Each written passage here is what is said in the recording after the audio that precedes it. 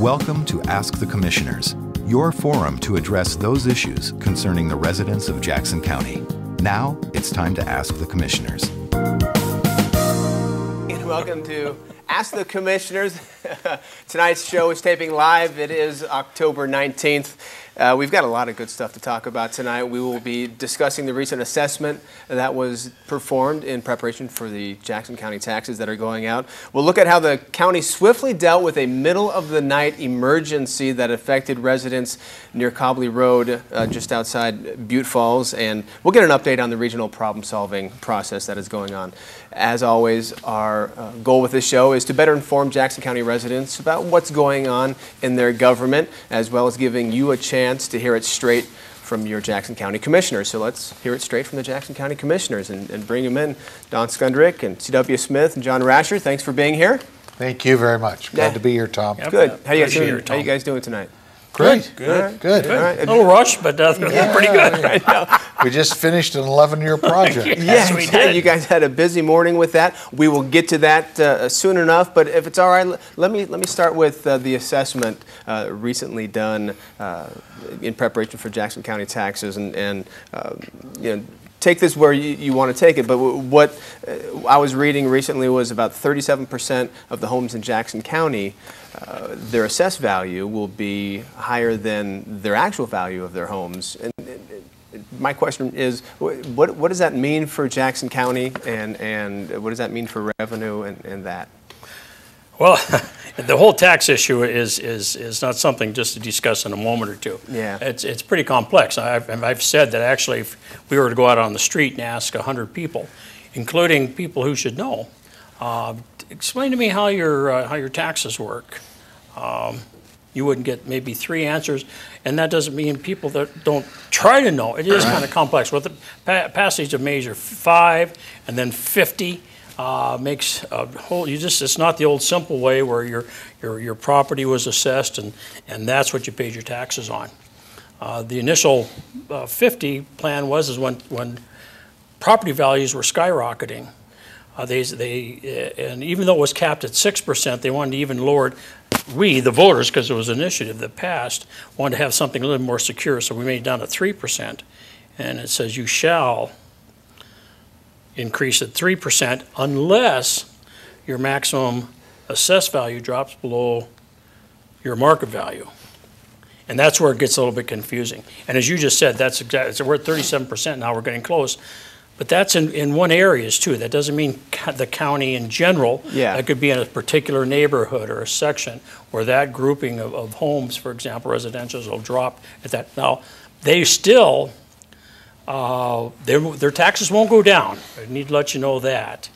But they won't go up to 3% in those areas that occurs. Other than that, then everybody's going to see a 3% tax increase. Very important to bring up the fact that the county, the taxes that are coming out aren't all, necessarily county taxes. There's some city in there and that sort of thing. We collect for all the cities, all the jurisdictions, vector control, irrigation districts, fire districts, school districts, cities, special districts. We collect all of those. The county portion. The county portion is just a very tiny, small portion. $2.09 per thousand is all really the counties. $2 a thousand. So a thousand. So I try to tell people, well, the county's taking this money out of it, and they think that's all going to the county, and it's not. It goes to all the taxing entities, and if people look, they can get an itemized tax breakout of where their taxes actually go for each one of their for properties that they own. Yeah. And I think another important too, if I may, Tom, is that because of the recent article in the paper and because people are confused over assessed and real and et cetera, and property values dropping, that the county has a process where you can go and inquire, not only inquire and have it explained to you, but if you disagree, particularly that the house shouldn't be appraised at that amount of money, shouldn't be taxed, then you have some options. The first option is, as you can say, I still don't agree with you. Say that's yourself, then there at the assessor's office, you will go be assigned to a panel of 3 folks made up of 3 assessors, and including the original assessor, they'll go through it there and they'll look at they'll listen to your argument, they'll look at that, and if they agree with you, then the manager can make that change in your taxes. It's going to be small, but they can make that, he or she can make that change. However, if that panel disagrees and says, no, that's what your taxes are, you still have one other recourse. You can go to the Board of Property Tax Appeals, which is done in the county, meets, John, how often does it meet? It meets there Well, I think they meet every day. Yeah, every day. for 5 months or something. Yeah. I think it starts on Tuesdays. 5 I don't know if days they a meet week. Mondays. Yep. No. And those are made up of realtors, appraisers, and there's 5 of them. They're volunteers, Yeah, citizens. and they'll sit and they'll listen.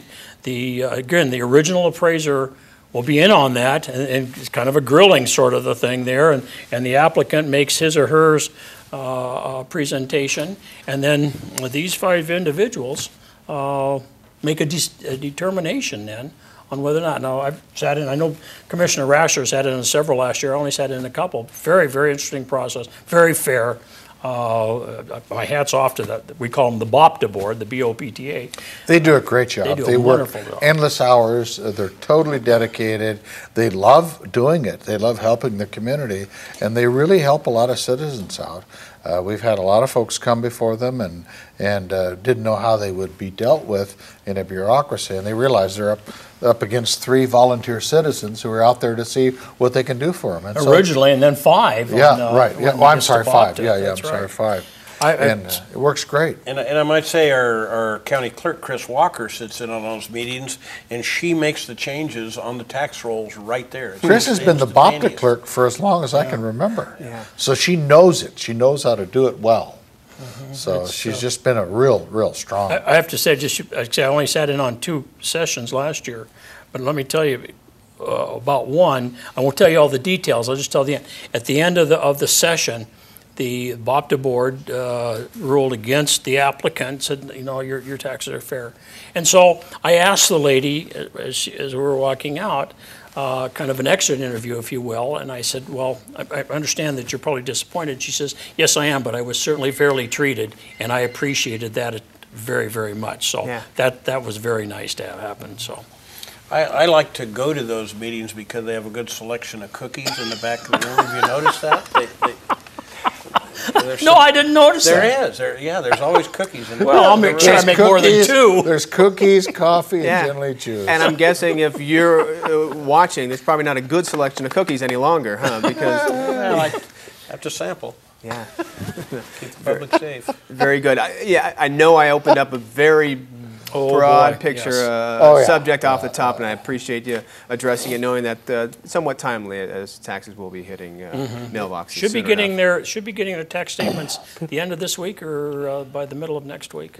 People love to complain about government, but the point is about every one of those tax rates are voted on by the people of that respective community. So it's not like they come out of the clear blue sky. At some point, the citizens, the majority of the citizens that voted for whatever election, voted to have that tax rate. So. Yeah. And one final word on that, if I can. Sure, absolutely. Is that because recognizing people are concerned about their taxes and such, the county has set up, the assessor and the clerk's office has set up additional hours.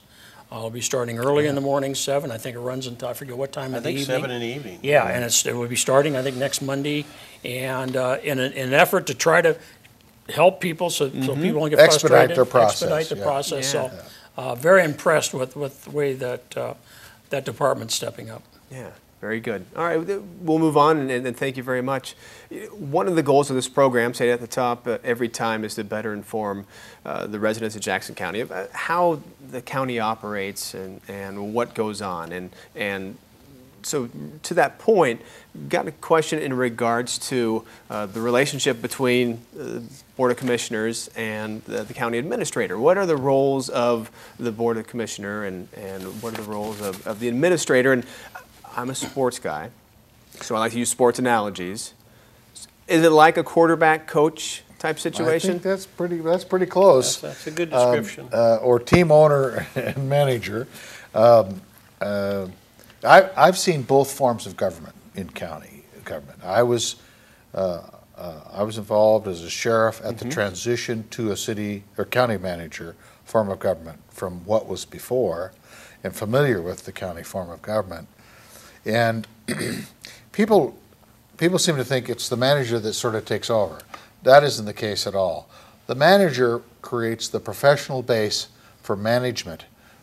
The political officers, meaning the commissioners, they set the policy, they set the direction for government. They make sure that government is going where they want it to go, and they give direction to one employee, and that's the county administrator. Other forms of government throughout, if you've seen one county government, you've seen one county government. There's 36 counties in the state, and they're all a little different. But in this form of government, it works well for us. Could it be the best? I don't know. But the point is, it's better than it was. And you had county commissioners who are not necessarily trained as managers or administrators or whatever, taking control of different departments. And you had public labor law. You had all kinds of issues to deal with, that contract law, and quite often we would find that commissioners were getting in trouble or getting the county in trouble based on decisions that they were making, not based on sound knowledge of how things work in government cycles. So this system, I think, works well. And it's always that balancing act of trying to determine what authority county commissioners can take, what involvement we can take. You know, we try to constantly sort of running interference for citizens. I think we're sort of the voice. Now, these other commissioners can share with me their thoughts, but I've always felt like I plan on being the citizen's representative inside government as well as the citizen representative outside government, and try to figure out the balancing act. That's always tough, but because government, for the most part, is in a regulatory mode or a service-oriented mode, whether it be health services or planning department or code enforcement or all of those issues. So it's a tough thing, and a lot of citizens really find that difficult. And commissioners, it's a body, it's a legislative body, and it's the majority that make a decision, not one. People call and they'll ask John or Don or myself to do something. And the problem is, it doesn't work that way. We generally get together, we decide, let's proceed. If there's a concern, a comment, we can ask questions, we can ask staff, we can ask department heads, can you tell us how this works? That's fine. But we generally have one employee, and that's the county administrator, and it works pretty well. It works pretty well, pretty effective, you know. But can it be improved? I'm sure it could be. But we're very lucky. I think we have a very, very solid form of government. Yeah. I think it works so well that Governor Kitzhaber stole the idea. I mean, the governor now has Michael Jordan, not the basketball player, but as his COO. And as a governor is setting policy and working throughout the state to get his visions for the state of Oregon, whether one agrees or not, doesn't make any difference. He's the duly elected governor of the state, but he is now, he realized that he could not have his finger on every one of these huge departments within the state. Yeah. So he created the office of, and I forget what the exact title is, but basically it's a chief operating officer. And so Mr. Jordan carries out the will of the governor. That's exactly what's happening in our case, with the administrator, Mr. Jordan, and a different Jordan, and with this Board of Commissioners. But yeah. I think that's if people will think about that, I think that might help them somewhat. Yeah. Yeah. You know, the way I look at it is Danny Jordan works for the county and we work for the citizens. There's some of the things we do that he can't do. We can do legislative things. We can pass ordinances. We can do some quasi-judicial things. We can rule in some somewhat legal matters, you know, on where property lines should be. We do all the land use. The county administrator can't do land use issues. The one thing we are charged with is administrating the county. So we elect to have, you know, to hire Mr. Jordan to do it, and he does an excellent job, you know. But he gets blamed sometimes for some decisions out there, but really they're not his decisions. He comes to us with options, and we're the ones that make the decisions. Our previous board has made a decision on something, and so he always comes with options. He never comes and says, you need to do this. He'll come and say, here's the options you have. And he'll say, I recommend this one, you know.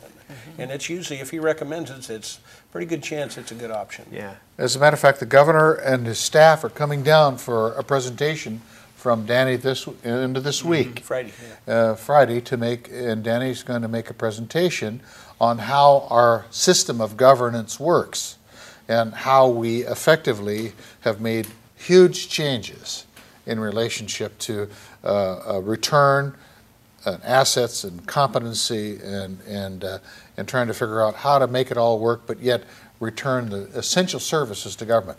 And that presentation is going to be this Friday before the governor and a whole group of folks on how we've done it. Because the biggest question we get is, how did Jackson County wind up with such a huge surplus in light of all the economic downturn? Well, we decided to make a decision, knowing what was on the horizon, all right, let's roll back. Well, I was a sheriff in 1983 when we had to roll back, and I wound up from 43 road deputies to 7, and all the other departments were equally impacted by that. This is never again. We'll figure out a way to prioritize and prepare for the worst, but set aside, and we did it. We reduced staffing by 30%.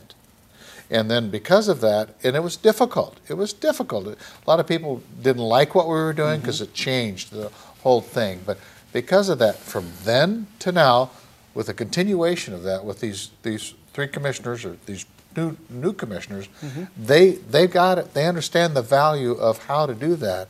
And I got to tell you, it's a great board of commissioners. I had 2 citizens come up to me today, says, I've never seen as great a board of commissioners. I says, well, you should have seen the last board. Very diverse, but everybody agreed. We moved ahead and understood where we had to be for the benefit of the community. And that is essentially how we are and how we've come to this position. We get criticized a lot for a lot of the other issues, you know, that people don't like, but the bottom line is we've been fair, frugal, and on spot with where we need to be. We're not a typical government. Would that be fair to say, gentlemen? No doubt a winning team. No doubt a winning team from one board to the next. We got a winning team. You know, I heard an interesting comment yesterday. A fellow says everybody wants government to run like a business until you run it like a business. But That's true. But we're running it like a business. Yeah. That's very true. good. We're using business principles. We're using essential business principles for efficiencies and making sure each department is efficient. You know, when you have an audit department doing management audits and surveys and stuff like that, we're whittling away at all the loose ends that happen in a myriad of departments, and it's very diverse. You know, there's when we started this process, there were over 1,200 employees. Now they're slightly over 800 employees. So, but we did it by attrition. You've heard that in the elections going on now, or reducing budget by attrition. We don't have an income problem. We have a spending problem across the board, across the board for governments, and so that's what we're working on, and we've done it. But it's still not an ending process. We constantly need to be constantly working on different ways we can cut that dollar and make it more efficient and get the right services. Yeah, makes complete sense and extremely smart. Moving on, you know, there's a lot of unsung heroes working for the county. A lot of their work goes unnoticed. The citizens just know that the roads are going to be there and what is expected is going to be there. A perfect example happened a couple of weeks back, middle of the night emergency near Butte Falls, near Cobley Road, and forced an emergency unit to be pressed into action. Here's the details of what happened.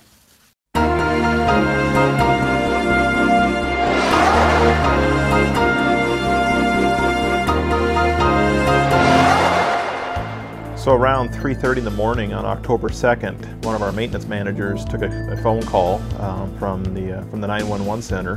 Basically said that there was a large amount of water going across Cobley Road. Cobley Road's a rural county road about a mile down from Butte Falls that heads up into BLM and private properties up in the hills. The area up above Cobley Road is a fairly isolated community, but there's approximately 15 to 20 residents up there. At the time this occurred, they were completely cut off. There's no good way out of there. There's some, what we understand, some pretty rough Forest Service roads you can get out on, but for the most part they were cut off. So there was an urgent issue for us to try to get the road back open so these people could get in and out. Eagle Point Irrigation District had one of their canals breached, and a tremendous amount of water went down, and Cobley sat below the canal, Cobley Road, and because of the volume of water came down, it washed out a section of the road, undermined some other sections of the road as it ran down. Our maintenance manager was able to respond there in the dark. You couldn't see anything. There was severe damage to the road and the water wasn't stopping. The ditch was running. One of the most challenging things was to get a hold of the irrigation company and get the water shut off. Well, when they shut that spigot, there's still lots of water in the ditch. So it takes quite some time for the water to stop flowing. So basically we were just waiting until the water went down to where we could see what we had, because there was some real fear that basically there was no road underneath that water. So once we got the water shut off, we were able to assess the situation, and then we brought in some trucks, materials, graders, and started getting things put back together. And at the peak of the event, we had around 9 staff out there with a grader and some dump trucks and other equipment. By 7:30, we had some material pushed off the road, and we were able to establish a lane. And so by 7:30 in the morning, we had one clear lane open, and then we started trucking in other materials. We brought in around a little over 1,200 yards of material to dump to rebuild the sides of the road. The sides of the roads were completely washed out in places, and portions of the asphalt were damaged. So about 1,200 yards, that's give or take about 120 truckloads. So that's a fair amount of material that was brought in. So far, we've spent somewhere in the neighborhood of $43,000 repairing this damage. And so the road's back together now. There's portions of the pavement that we're not going to repave this year just because we expect that pavement is pretty severely damaged and we're going to let it winter. And so it's in gravel right now. So there's parts of the road that's just a gravel road and it's going to stay like that until next spring. You know, as you've seen in the photos that have been flashing on the screen, there was some pretty significant damage to this road. And like I say, for some time, we didn't know if the road was going to even there or not. But once the water went down and we were able to assess it, you could see the damage was pretty severe. And the response of our people, getting that put back together, getting the road back to open in basically an hour and a half, is pretty impressive work. It's well done. And the citizens that live in the area were well served. They were able to get out of their residence quickly and into town and to take care of the chores that they needed. Probably the biggest issue we had during that morning when it was closed is October 2nd was the opening weekend of hunting season. This is a popular hunting area and we had to turn all the hunters back. And so that was a bit of a challenge. They had their hearts set on going to a particular area. They had to come back later in the day, but I'm very pleased with our staff. Our staff responded very quickly, did a fantastic job. The road was open in a fairly short time, then it was completely rebuilt within a week, and it was great work. The taxpayers were well served by Jackson County's response. Some impressive pictures there. Really? You know, yeah. When you hear about canal problems and there was water on the road and the road was destroyed somewhat, you look at that and that's a serious situation that needed to be dealt with. Now, yeah, it affected small amount of residents, but no matter the size, that's what impresses me. No matter the size or who it affects, they're out there Sunday morning, bright and early, or not even bright, dark and early. Mm-hmm. And they took care of it. That's what impressed me about that. Any thoughts on from you? I'm fortunate enough to be liaison to that particular department, Roads and Parks, and I can't say enough good things about John Weil and his staff, Mike Kuntz and everybody. They're so dedicated people, and it is, you're right, it's it doesn't only serves 18 families up there, 18 homes, but it's a county road, and it need to be maintained, and John and his people got up there and got it done. And done it quickly and efficiently and safely. Yeah. Yeah. Another example of I think John said it well, taxpayers being well served. Yeah, for sure. All right, moving on, you guys had an important meeting this morning in regards to the regional problem-solving process. What, I guess a little bit of understanding of what the RPS is, how long it's been going on, and then certainly what became of the meeting today. Mr. Chair? Well, all right. Regional problem solving is a process that's outlined in state statute on land use planning law. And what it does, it allows for communities to get together, band together, and create a 50-year plan. And then create a whole series of growths for individual cities. Well, we've done that for how many cities? 6. 6 cities. It was 7 originally. Jacksonville stepped out. and 6 cities, and we went through 11 years, and the staff and citizens and so forth had weekly meetings, regional problem-solving meetings on where to go, how to grow, and where to do it, and issues of infrastructure and transportation and potential populations that you would need and the services they would need and what the communities expected and where they wanted to go with her. And so it's a huge, huge endeavor, and I can't speak highly enough of those folks that worked hard day in, day out. A lot of mayors, a lot of councilmen came and went, city staff came and went in that 11-year process, but we stayed with it. And today was the culmination of all of that work.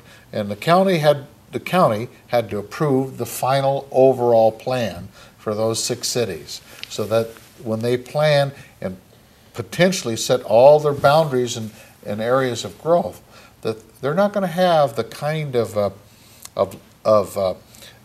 administrative obstruction that happens in the normal process of land use when they go about it. They've given consistency and clarity to where citizens, so people can plan. People know what their values are going to be. They know what's going to happen. They know where the streets are going to go. They got a very good view of the future, and that helps immensely for planning. It's the first time in the state of Oregon it's ever been done. And it's tried and failed in many communities because they couldn't get together. One thing it said, and I'd like my fellow commissioners to join in, one thing it said was that we can work together in solving problems. And we had new partners. The irrigation districts came in at the last minute, trying to determine how to mitigate agricultural concerns when we move out. So it was a tremendous, tremendous goal.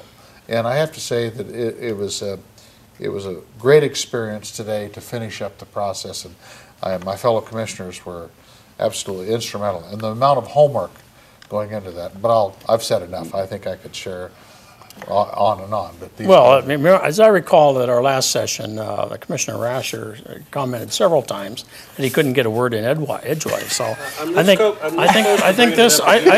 it would be nice here to hear from Commissioner Rasher. Well, a couple other things that Commissioner Skundrich didn't mention is we also had environmental concerns. I mean, Commissioner Smith, we had environmental concerns at the table. We had the 1,000 Friends of Oregon and Rogue Advocates, and they had concerns about preservation of farmland, and so we addressed that. Some of the goals were to allow communities to have buffers between them so that they wouldn't lose their identity, so that Jacksonville wouldn't grow into Medford and Ashland into Talent, things like that. So anyway, there was a lot of that went into this process, and now we send it up to Salem for their blessing. And if I understand Commissioner Smith right, no other county has been able to accomplish this. The process is out there. Others are trying, but they can't get everyone to agree and move forward. Others have tried, and they've thrown in the towel. For a short period of time. Yeah. And just to give you an idea, it's 2060, population of Jackson County is expected to be about 200,000, or is that just Medford? It's supposed to double. Double. Yeah. It just so happens that the doubling and the 50 years having to coincide. I see. Okay. So so that's the kind of undertaking you're talking about when you need to plan for this amount of people and all that goes into the infrastructure of making that work. The big thing about the 50-year is that if one understands the urban growth boundaries process and then annexation, and it's complicated as is, especially under Oregon's land use laws, but the city still could have, even if RPS hadn't come to fruition, could still go through the process. It would just be that much more difficult. And they can only do it for the next 20 years. So they can only set out the UGBs for 20 years, and this is where we'd like to be in 20 years. The great thing about RPS is this is a 50-year now. 50 years from now, somebody said today that the further out you guess, probably the more chance you have of being wrong. However, given that the population is projected to double, what the 50 years does is really set, and Commissioner Smith said this, it sets some real definition. So if I'm a developer or a farmer, it doesn't make any difference. I've got an idea now where cities can grow and where they can't grow. And it will be looked at every 10 years, and they have a chance to make some revisions, but nothing major. And the county again has to give its blessing. So it's just a tremendous process, and I think, as both commissioners said, the cooperation between, because different cities had different wants. Sure. But when the cities and the counties got together and looked at it globally, said, well, gee, everybody can't have everything they want. So cities were making sacrifice. Okay, well, maybe I won't do this if you need that. And just for 10 plus years of doing this and sticking together, and through, like again as mentioned, through different administrations, tremendous. And then our own planning commission taking on the last year and a half to go through, because they had to make a recommendation to us, and we made some changes from that. But I just think that it shows what Southern Oregon's all about what the people are all about here in Southern Oregon. We are a can-do area, and I think it bodes well, and we're going to trumpet that up. So we're really proud. Need to also understand that we're at the end of this particular part of the process, but it could be a year and a half to maybe almost 2 years before we'll start seeing any fruition to that, because again, it has to go to the state. Cities have to approve it, and with all the public meeting laws and readings and such, it takes quite a while to get it done. Yeah. All right, moving on. As we keep things rolling here. Thank you. The O&C funds, the land funds, were a vital part of the revenue source for the county for many years. And then certainly in recent years, the Secure Rural School Act supplemented and took that spot in essence, but money's certainly going away. I'd like to talk about that, but before we do, I want to put out, show a video that shows some history of the O&C funds, how it started, and it'll maybe help give us a little lead into our discussion. Now, what you're going to be seeing is bits and pieces from a longer format video that was put out a few years ago, so we've clipped that down and added a few things to it. So take a look.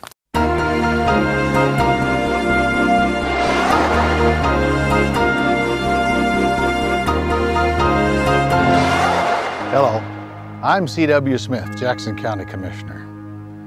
On behalf of Oregon's O&C counties, I'd like to invite you to watch the story of our unique O&C forest lands. You know, these lands are only located in the 18 western Oregon counties that stretch from the Columbia River to the California border. This property isn't part of any county's tax base, yet the O&C lands are still considered vital for the continued success of the 18 Oregon counties. How did things get this way? Well, that's just what we're going to find out.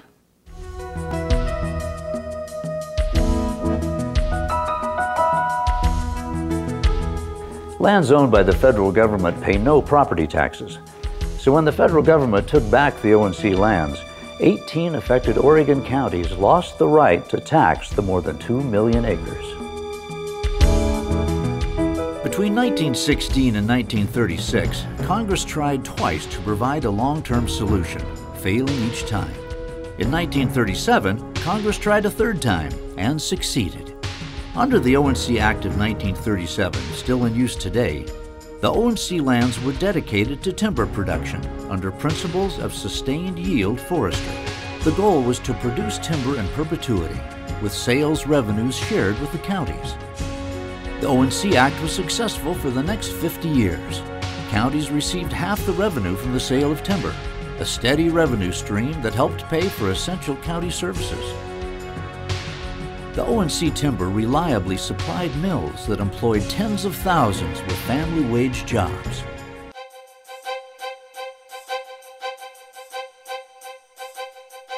From the early 1980s and into the 1990s, global economic conditions and environmental concerns severely affected timber production, and revenues shared with the counties collapsed. Congress provided a series of temporary safety net payment programs. Federal legislatures, county leaders, and concerned citizens are all still grappling with the challenge of what to do with the O&C lands.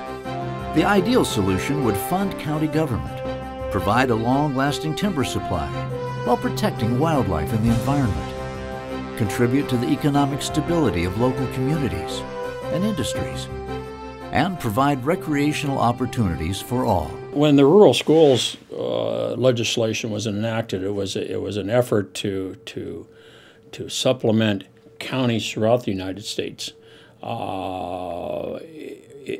for the lands that are publicly owned, federally owned, which the counties receive zero taxes on, to try to help those county governments maintain county services, public safety, health and human services, all those things that the county does, roads, et cetera, to try to help them, since they were no longer receiving revenue off those lands, to try to fill that gap. It was set up originally as a 10-year. We were at one time, when they first enacted it, $28 million.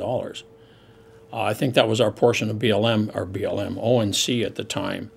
But that then was, when the legislation was enacted, it was set up on a sliding scale of 10 years. I think it was 5 years initially, it went down, and then after 5 years they reauthorized it, and continuing the slide down, and to the effect that in September of this year we received our last payment was $5 million. So it's been sliding on a downward slide there. Now that is done. Now there's a move afoot in Congress to reauthorize, if you will. Congressman Walden here and Congressman DeFazio up north are working. And it looks like there's a new authorization in the works. I just received an email last Thursday that the Senate had approved a new measure, and now it has to go to the House. So hopefully they'll pass it also, and that'll help these rural counties that depend so much on the timber revenue. Again, we're not looking for the dole for that money, just here government, we're at the trough. We'd love to be able to resource our resources, and that would be the perfect answer until that happens, or if it ever does happen. We do need some help, because we're here to provide services to the citizens here. Out of our $300 and some million budget, we only generate about $80+ million in property taxes and fees and such. So we have all of these things that we have to do, and the Sheriff's Department eats up about 70–80% of that. So not the Sheriff's Department, public safety, which includes juvenile and et cetera. It's not all the sheriff. Jackson County, is planned for this, and I'd like to take credit for it, but I can't. It happened before I was here. The previous commissioners and Danny Jordan, the county administrator, have reserves set aside to handle things like this. You can call it a rainy day fund. I like to call it reserves, because some people think it's raining every day. But anyway, Jackson County's in good shape for this. We would have to cut services a little bit if we don't get a reauthorization, but I'm confident that something will come through. This county, I think, is probably, from a fiscal standpoint, in better shape than any other county in Oregon. And that was done, again, not through any of my work, but through the previous Board of Commissioners and the Budget Committee of recognizing this money was going to go away. So like we should be doing with our own personal finances, I'm going to lose that stream of income, that means I got to cut back. And they did that. And then took what money they were having coming in from that and putting it into this contingency fund, if you will, or rainy day people like to use. And so we can weather that for a while, and we still can, because of this good work that these folks have done, made some really tough political decisions. Because they've done that, we'll be able to weather this for a couple, 3 years if we don't get any money. However, after that amount of time, period of time, that money's going to be away, and then we're going to have to make some tough decisions if something isn't done, either through reauthorization or allowing us to utilize our resources. What I see happening, and which I'm enthused about, is I see the public and legislators have finally realized that we've locked up our timber resources, for maybe some wrong reasons. And so I see some of these timber resources opening back up. And that's what I'm counting on personally, that we're gonna start moving some wood off the forests. We have such a mess out there now. The forests are just, full of dead wood, and the growth rate so far exceeds the consumption rate that we need to do something to correct what we've done wrong in the forest in the past. So anyway, I think that we're going to start seeing some wood coming off of federal land, which is really going to help the situation. So yeah, that's the question coming out is, will we be able to get at those resources? And John, you certainly talked about it right there. Well, I think everybody's moving in that direction now. Even a lot of the environmental concerns that were so anti-logging before have seen that our forests are just a mess right now. And this pilot project out in the Applegate is a good example of where some environmental concerns. We're working with BLM and foresters to get some wood coming. And by the way, the Jackson County Commissioners funded that project for the last good number of years, because it was really our only hope of trying to break the accordion knot, as I often called it, of the legal quagmire we've created by federal law and policy for being able to get into our forests, become part of the management of our forests, and put people to work. The one thing about our forests is that it is completely sustainable. It's an environmentally friendly product. It's something that we can grow and make and produce year after year after year after year, and for good result, both for the environment, both for animals, both for fish, and both for man. The problem is that we've created this huge bureaucratic legal overlay, which is nothing but a disaster for the health of our forests. It's disaster for species. Contrary to popular belief, the biggest threat to endangered species in our forests now is conflagration and fire. It's not man, it's fire. 1 billion board feet of wood grows every year in Jackson County, new. And when it's not harvested, or even by nature or by man, it gets diseased and becomes subject to fire, to the point where it destroys everything. So we've lost that perspective, and it's been a disaster for the Northwest. It's been a disaster for the industrial infrastructure. We had 43 mills here in Jackson County, sawmills. Now we don't have one. We have specialty mills that make specialty products, but all of those other jobs, we could put thousands of Oregonians in Jackson County to work if we could simply break the terrible bureaucratic policy overload that's hampering the whole infrastructure. But it's not just here. It's all across the nation. I talked to commissioners in Utah, Wyoming, Montana.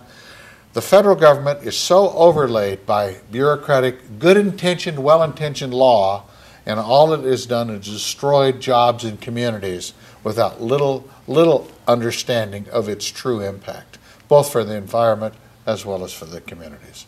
So that's where we're at. I'm hoping, we're all hoping, that we can somehow not have to rely on the federal government. We are sitting up to our neck in oil.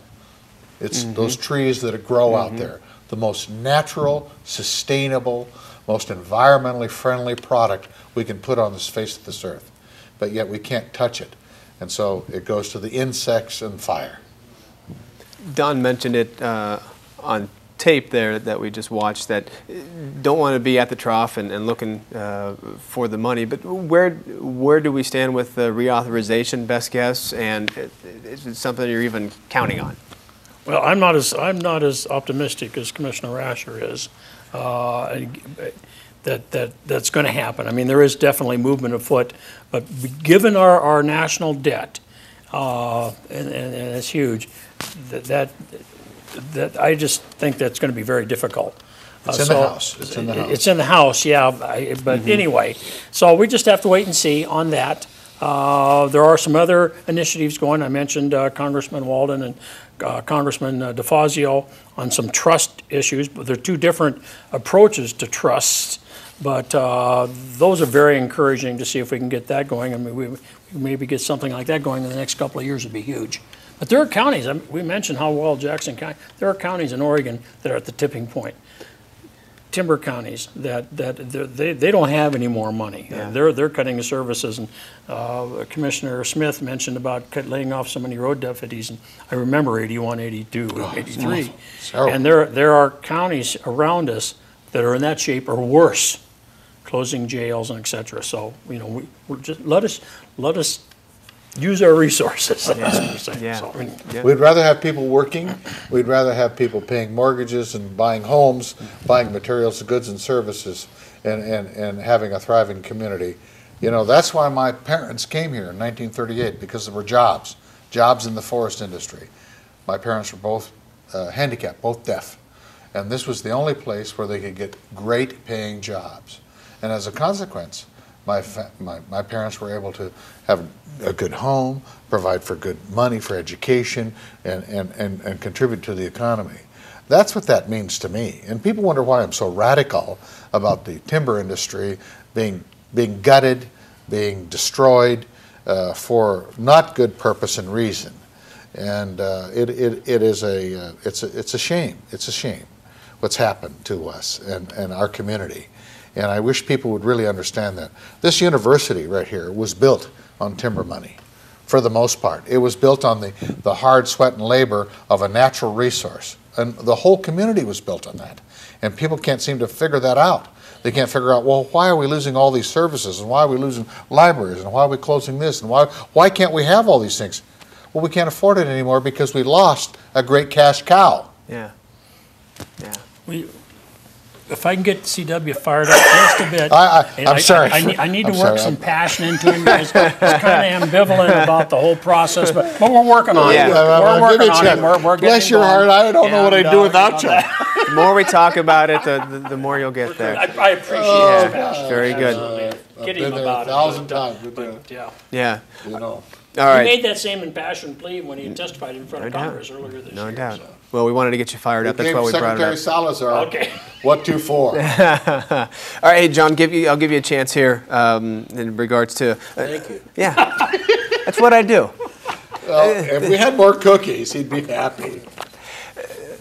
There's an unruly home ordinance being considered out there. And I know that's something that we've talked about prior, and that's why I wanted to steer it away from where CW would take That's it. something that's popped up recently, if I can say a few words about it. There you go. No, yeah. What is the story behind it? How did that We've start? had some complaints around the county, particularly in the area off of Table Rock Road, about some unruly neighbors. And this isn't really a noise ordinance. Every now and then we'll get a request for it. We don't have a county noise ordinance. I'm against any new laws, especially a noise ordinance. If we had a county noise ordinance, that means you can't go out and cut firewood. You can't sight in your pistol. You can't start your boy's dirt bike. There's all these restrictions. But there is to a point where not only noise, but just activity gets to be obnoxious. And in this particular case, we had some people that were just unruly in a party house every night. The neighbors couldn't sleep. Musical instruments, played all hours of the day and night, and so we looked at an ordinance. But what worked out is one of the people involved came to me. I'd gone out and talked to a lot of the neighbors, and he says, "How about we have a community meeting, see if we can solve it ourselves?" I said, "Great, that's the best way to go." So we got a hold of Mediation Works, which the county deals with, and Mediation Works is setting up a neighborhood meeting and see if we can resolve it that way. I had some other complaints the other day out on the other side of Jacksonville, and so I went out and tried to talk to the neighbors out there, and sure enough, there's a house that plays music 24 hours a day. There was nobody home, well, actually, it wasn't music, it was a talk show, which can really be obnoxious. And it was as loud as it would go, and I can see why the neighbors were upset about this. And Kept the bears away. It kept everybody away. So anyway, I'm going to try to talk to these people a little more, and if I can't, we'll see if we can maybe mediate this. And I think eventually, as our community grows, we're probably going to have something like that. But I call it a bad neighbor ordinance. When you've got a bad neighbor, there's nothing worse. And I try to tell people how to be good neighbors and get along with your neighbors as best you can. But when you get people that are completely disrespectful of their neighbors, their hours and their work and whatever they're doing, And this is not the first time it's come up. It's come up a number of times. So I would venture to say that we will probably have something like it on the books probably within the next few years, simply because John can't go out to every one of them and deal with that, and neither can the sheriff's office. But so we're going to have to put some teeth into it. And it's called basically trying to be a good neighbor. But you know, there's no accounting bad taste and poor manners. And there's plenty of that going around. I've got to say, my hat's off to Commissioner Rasher, because on the Table Rock issue, he was right out there communicating with neighbors and getting this and working through mediation works out in Jacksonville. Ideally, that'd be good, but Commissioner Smith did hit it on the head. There's only one Commissioner Rasher, and so we're not for putting more ordinances on the books. People come to us about weed ordinances and noise ordinances and et cetera, et cetera. We have to be very careful. I think this initiative that CW is talking about, where we have legal looking, our council looking at it very hard about how can we do this and do it right. So it's not going to be something that's going to come on the books like that. Yeah, sometimes the threat of an ordinance, you know, can solve the situation too. So, so we'll see. Good point. Yeah. We'll look forward to see what becomes of that. You know, more than a month ago, on the 10th anniversary of 9/11, there was a ceremony at the airport where they ceremoniously unfurled the flag that was flying at the airport during 9/11, and it will now hang forever at the airport. And let's take a look at how that ceremony went.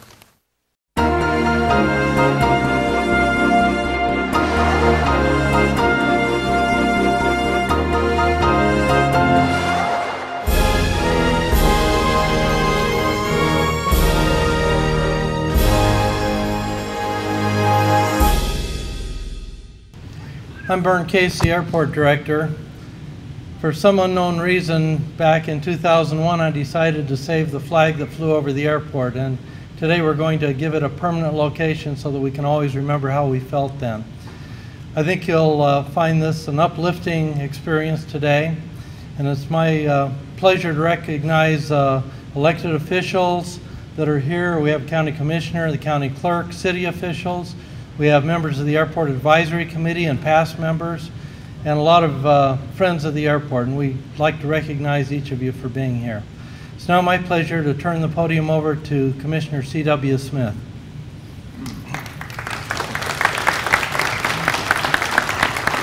Thank you, Vern. Thank you all for being here. I think on September 11th, 2001, we all know where we were. I was the city manager in Lakeview, Oregon, and I remember turning on the little TV in the little trailer. I was there temporarily, and I remember turning on the TV, and I remember watching that. And for a minute there, I thought I was watching some kind of a horror movie, and then I realized it was the news, and it was the real thing, and I was just aghast. And of course, I called my wife and family and my son, who was in the Navy at the time. And I was spellbound and aghast, and it all strikes us as unbelievable as to how something like that can happen and what would cause people to do that. Little did we know at the time there were passengers on another flight fighting for their life and heroically preventing another plane crash. As we know, they crashed in Pennsylvania. We also know that another plane crashed into the Pentagon, and there was additional loss of life. So it was a very dangerous and tumultuous time for our nation, for all of us to suddenly come awake with the realization that people will attack us for who we are, for what we stand for the friends we take in this world. It is the deep-seated kind of a cultural view that is destructive. It is absolutist, and it is violent towards all free people. So that's what we're here to do in one respect, is to pay homage to those that died and those that fought on that particular day to stay alive and keep the dream alive, and to remember those that died, those that were going about the business of what we're all about, having the freedom to do the kinds of things that they could do. Men and women, people of all races, all creeds, all religions, all colors. People that could go about their business in a free society. So today, one aspect of why we are here is to talk about who we are. And we're still there. And we're going to remember those people. That particular time caused a lot of overreaction for a lot of folks. We didn't know how to react. And we did a lot of things probably we wish we hadn't. But the point is, we survived as a nation and a people, and we will continue to survive because the essence of freedom exists in each one of us. So that's why we're here, I would like to say. We want to remember the family, the families, the men, the bravery, the heroic actions. In one particular instance, there was a dog who was an assistance dog. He actually led people to save thousands of people out of the building. Unbelievable stories of heroism. It's what we're about, and I'm so proud to think that so many people would step up and go into that inferno, into those ashes, and into the depths of destruction, and do everything they can to save lives, and to do everything they can to try to make something good and do something good for those that were suffering and those lives that were lost. This is, in one way, a very sad moment. It's a commemorative moment for those who lost their lives. But I would like to ask you all to please recommit yourselves to the belief system of why and who we are as a people. We have lots of frailties. We have lots of faults. We have things that are in our country that we're not so very proud of. But the point is, those are the prices that we pay to be free, to make free choices in our society. Like them or not. That's what we're about. That's what our great nation is about. With that, I would like to ask our Air Force cadets who are here today to please perform the ceremony of the unveiling of the flag. This is the flag that flew over the airport here September 11th, 2001.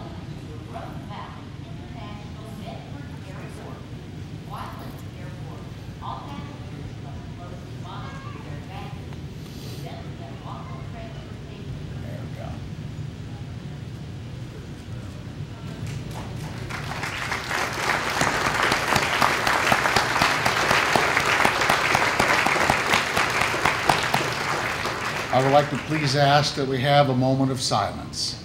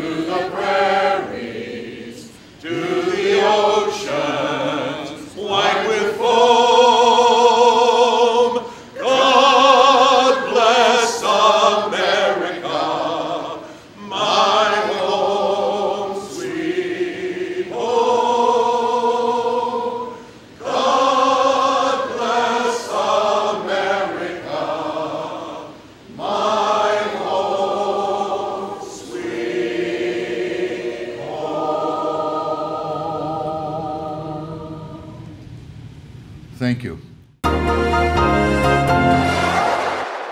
That was the ceremony more than a month ago at the airport for the commemoration of the 10th anniversary of 9/11. Terrific speech, CW, that you gave there. And, you know, obviously you're passionate about many things, and passion came out right there. Yeah. You know? That was...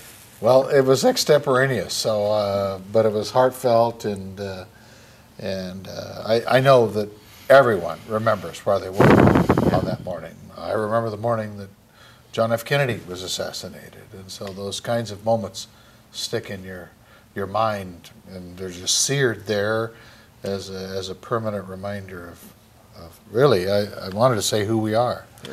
You know, there were lots and lots of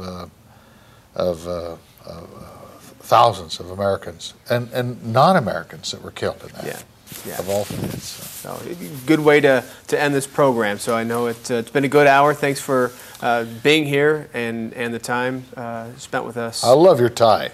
Thank you very much. It's a Jerry Garcia tie. So thank you for the compliment. All right, Commissioner Skundrich, Commissioner Smith, and Commissioner Rasher, thank you very much for spending the hour. Thank you, Tom, very much. It was our pleasure. You bet. And thank you for watching. On behalf of the commissioners, thanks for joining us, and we'll see you next time.